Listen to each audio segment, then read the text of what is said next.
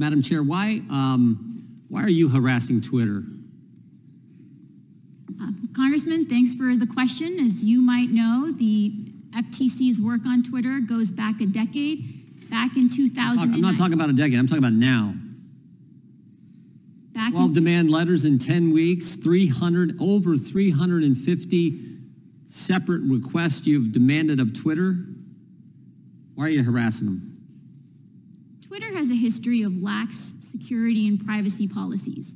You've asked for every single communication relating to Elon Musk, not communications that he just sent to someone or communications he received, but any time he's mentioned. That actually seems more than harassment. That seems like almost an obsession. Why such an intense focus? So, Congressman, again, it was found that Twitter's lax privacy policies allowed unauthorized users to co-opt Twitter accounts, including that of Fox News. Subsequently, Twitter voluntarily entered into a consent order with the FTC. Here's what you wrote in December. Madam Chair, here's what you wrote in December. Identify all journalists and other members of the media to whom Twitter has granted access since Musk bought the company. You want to know the name of every journalist a private company has talked to? Think that's consistent with the First Amendment?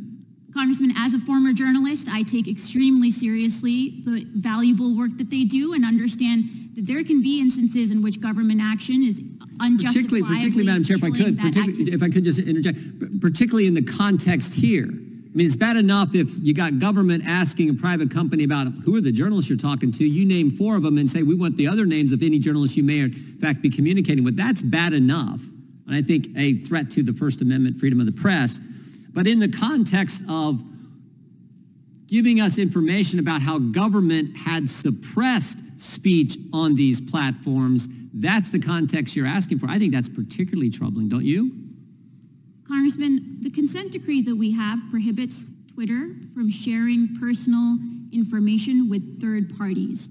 When we read in the papers, like everybody else, that Twitter may have granted access to third parties, that's what our teams were seeking information about.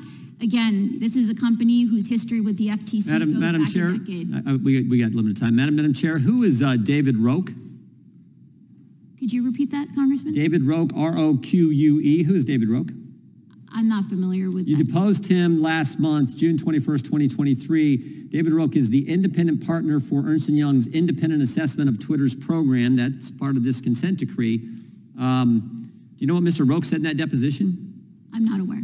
Okay, let me read it for you then, because I think it's pretty important. Mr. Roque testified, again, one of your lawyers, you deposed him, testified that FTC's conduct made him feel as if the FTC was trying to influence the outcome of the engagement before it had started.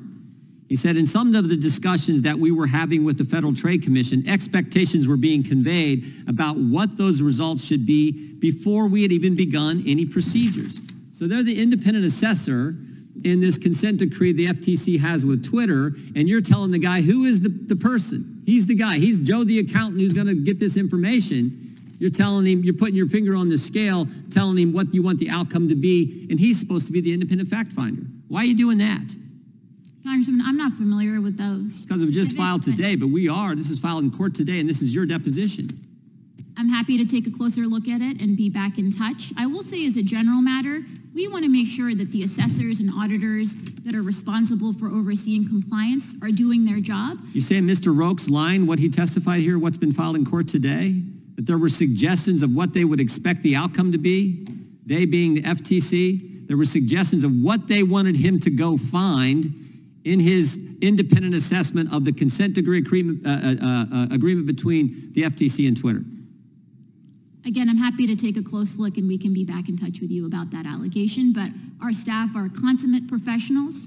When they conduct these investigations, they're focused on determining whether there was a violation. Is your attack on Twitter, harassment on Twitter, is that based on the fact that all kinds of Democrats have asked you to do this and frankly some things that you've written about dealing with, quote, disinformation? Does that have anything to do with it, Ms. Khan? Congressman, we make only independent determinations about whether there were law violations.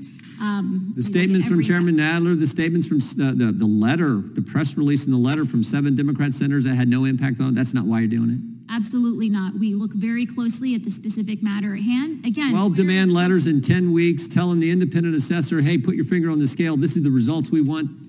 That's not harassment, and it had nothing to do with the fact that every Democrat in this town seemed to be telling you to go after Twitter. Our focus is on protecting people's privacy and security. Twitter has sensitive data on 150 million Americans, including private messages. We need to make sure, especially given its history going all the way back to 2010, we're doing everything to make sure Twitter is complying with the order. That's fine. Don't put your finger on the scale, and don't attack the First Amendment and the rights of journalists. Mr. Chairman, That I yield back.